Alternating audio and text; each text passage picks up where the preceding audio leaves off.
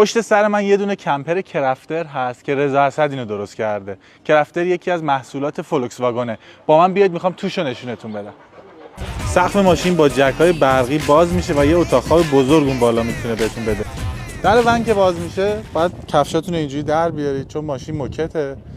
پنجره کمپر، اینجا یه دونه سینک و گاز بیرون داره که میتونید هم آشپزی کنید هم ظرفاتون رو بشورید.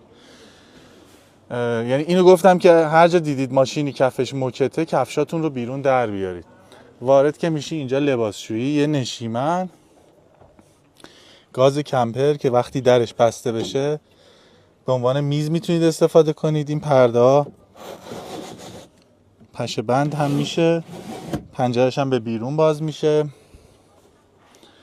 اون زیر یه دونه فریزر کشویی هست، یه یخچال 110 لیتری اینجا هست، توالت